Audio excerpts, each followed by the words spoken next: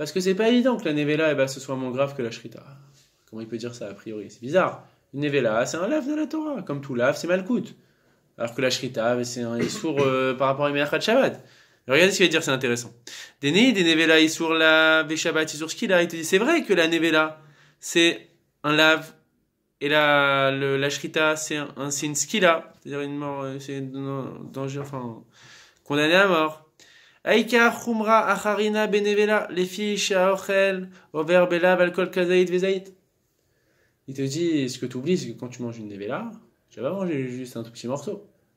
Tu vas manger plusieurs morceaux de la nevela. Or, comme il va te le dire après, il va te ramener un exemple. Il va pas le dire forcément, mais il te ramène un exemple par rapport au nazir. Le nazir, celui qui prenait sur lui de ne plus boire de vin, okay, et qui enfreignait son éder de ne plus boire de vin.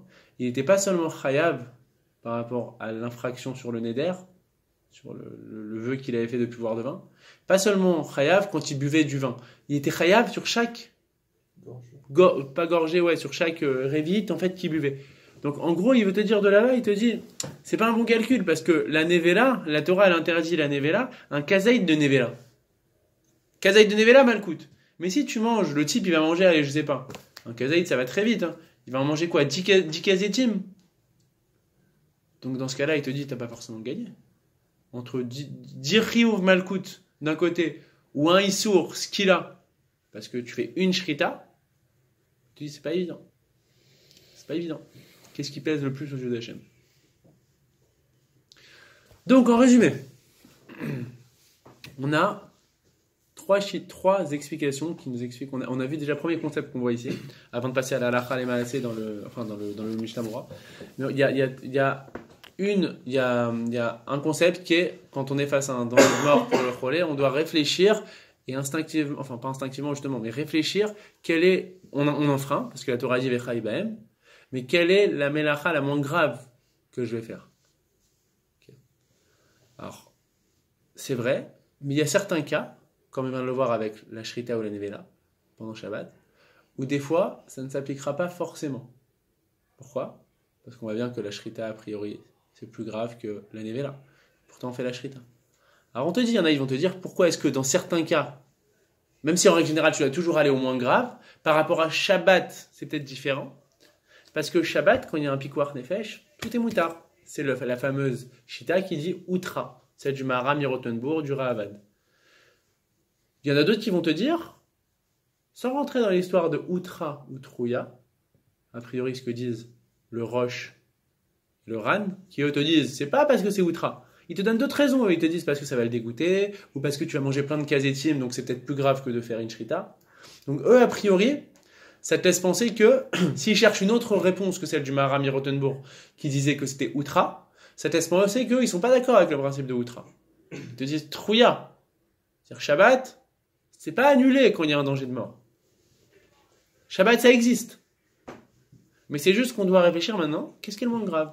Or, ce qui est le moins grave, comme dit le Ran, c'est la shrita, puisqu'on mange plein de kazetim. Ou bien, comme va te dire le Roche, c'est vrai que c'est plus grave, la shrita. Mais là, on risque d'aggraver la situation, le type il va être dégoûté, il va pas le manger. Donc, voilà, donc, il y a une grosse marque en gros, Outra ou Trouya. On va voir par la suite.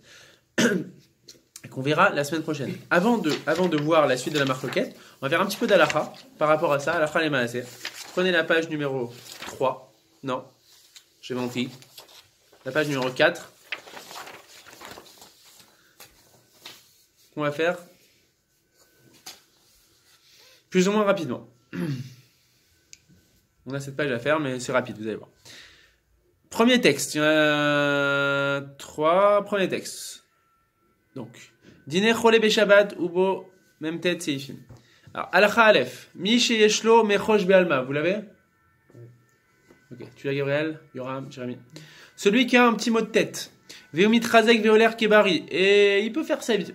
Assour la asotlo, shum refoua, veafilou alide eno yehudi. On n'a pas le droit de le soigner, de lui donner des médicaments, et même par un goy, par l'intermédiaire d'un goy. Pourquoi? Zera mishum srikat serenim. Il y a un décret des Rabbanan. Pourquoi est-ce qu'on ne peut pas prendre de médicaments pendant Shabbat? De peur qu'on vienne à produire nos propres médicaments. Alors quand on fait des médicaments, si je commence à chercher dans mon jardin la menthe, la truc, j'ai commencé à moudre et faire plein de mélachot. Donc on te dit, les Chachamim te disent, prends pas de médicaments pendant Shabbat, de peur que tu arrives à en faire. On me dirait aujourd'hui, c'est vrai que c'est un peu moins courant. Aujourd'hui, une personne qui a mal aux dents, elle va pas s'amuser à prendre son pilon et à commencer à piler le truc, à prendre un Doliprane. Donc c'est vrai qu'aujourd'hui, c'est moins courant, c'est moins risqué, mais les xérotes, elles restent toujours.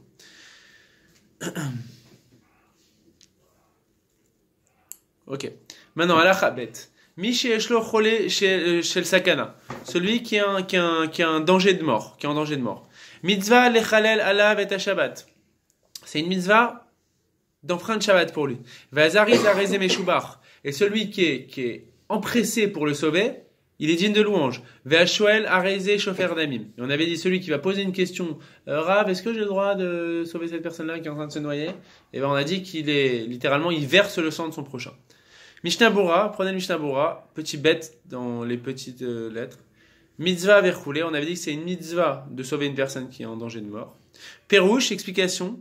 La asot l'orefoua, de le soigner. Veata, mais la raison c'est quoi? Mishum, dektiv vechaibem veloshi yamudbem. Parce que c'est marqué dans la Torah. Vechaibem, la Torah, ce sera une cause de vie pour toi et pas de mort. Donc tu vas pas te dire, parce que c'est Shabbat, et ben je vais pas le soigner. Petit hé, entre parenthèses, veazariz, on avait dit celui qui est empressé, il est digne de louange.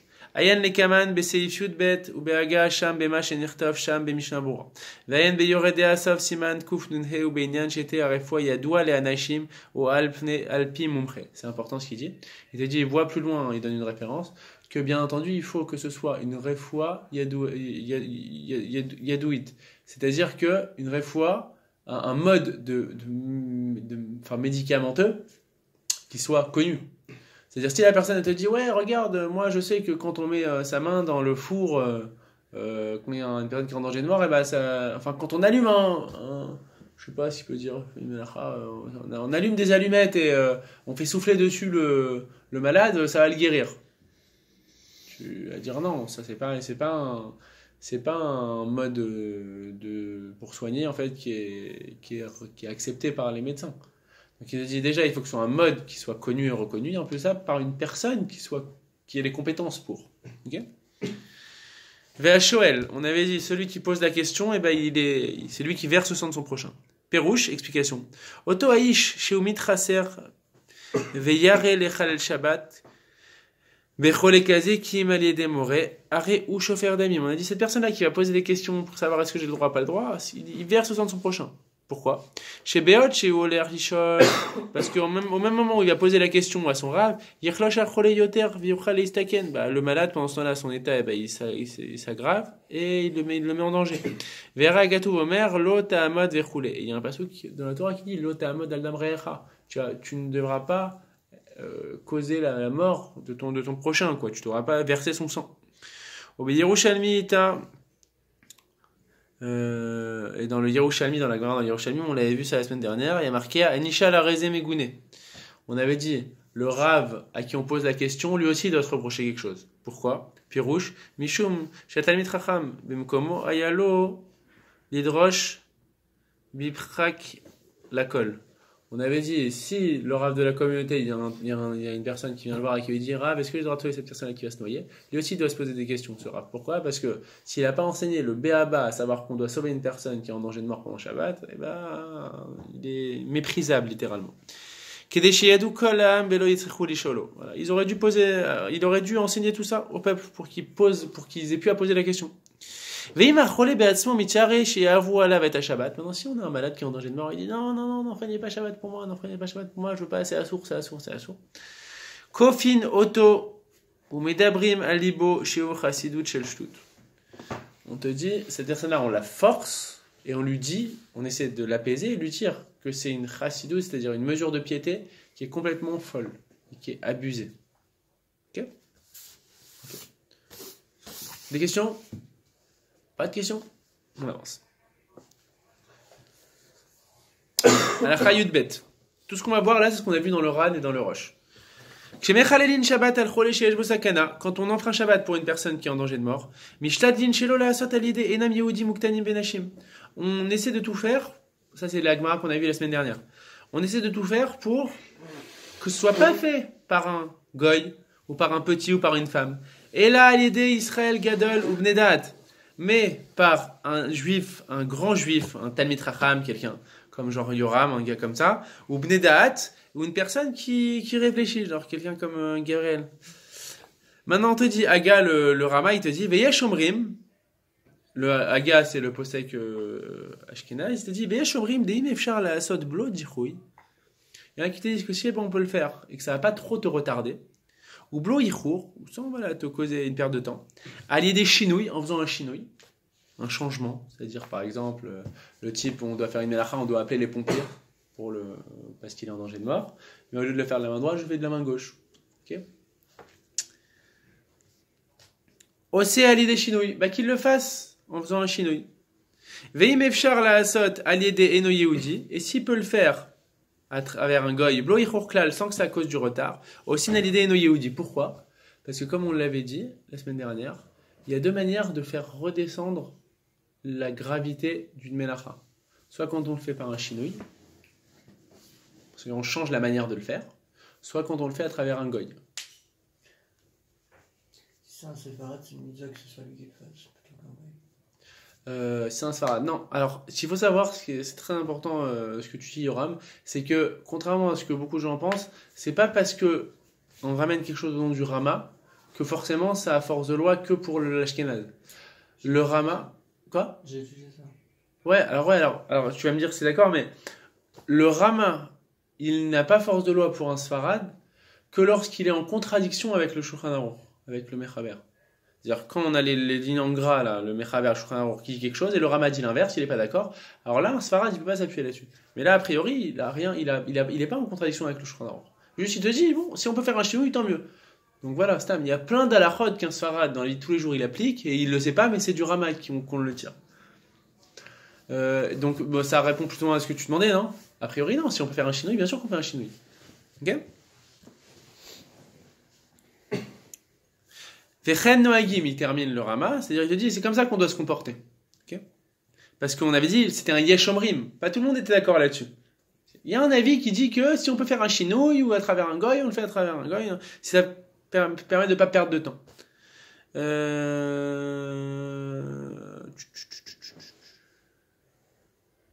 Alors c'est pas évident, pardon ce que je te dis Yoram, parce que pour le chinouille oui, mais pour le eno yehudi c'est en contradiction directe avec le Shulchan Aruch, donc là oui, a priori.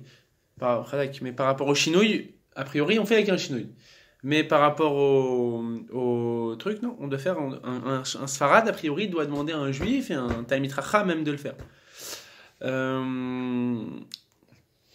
Aval bemkom de yesh lachosh et itatzel eno yehudi, en la asot alide eno yehudi. Même le Rama, il te dira par contre si on a peur. Et c'est la crainte qu'on a par rapport au goy, comme on va voir dans Mishnah Berurah. Si on a peur que le goy, il soit flemmard, il prenne son temps, ouais, ça va, non, on ne demande pas à un goy. On demande à un juif. Même le Rama, il sera d'accord avec ça. C'est pour ça que le Rama, il précisait à condition qu'il n'y ait pas de risque de perte de temps. Mishnah Berurah. On avait dit, Atam Katavarosh. La raison pour laquelle on demande, selon le Mechaber, le Shulchan Aruch, de faire appel à un juif, même un Talmid Racham, est-ce que quelqu'un a une idée? Est-ce que quelqu'un veut nous spoiler la réponse? La réponse qu'il te donne, il te dit Mishum des Imnin, des Litneu. Il te dit des fois, il n'y a pas de goy. Imagine dans la halakha, on disait ouais, va chercher un goy, c'est mieux. Tout le monde sait que c'est moins grave quand c'est un goy. C'est ce qu'on appelle une amira les goy. Il y a tout un siman dans le Shulchan Aruch qui parle d'amira les goy. Comment demander à un goy? Il y a bien entendu que quand c'est une question qui n'est pas vitale, on demande à un goy parce que c'est moins grave. Mais là, des fois, on te dit imagine, on avait demandé pour ça aussi à un goy. Bah, des fois, il n'y a pas de goy, donc comment tu vas faire? Veate gamken. Léa Douré, bah Trayou, et on va devoir aller le chercher pour le trouver, on va aller chercher le goy au bout de la ville, tout ça, la personne elle a le temps de mourir. Ou mitorkar yavo l'idée sakana, et donc ça va mettre la personne en danger.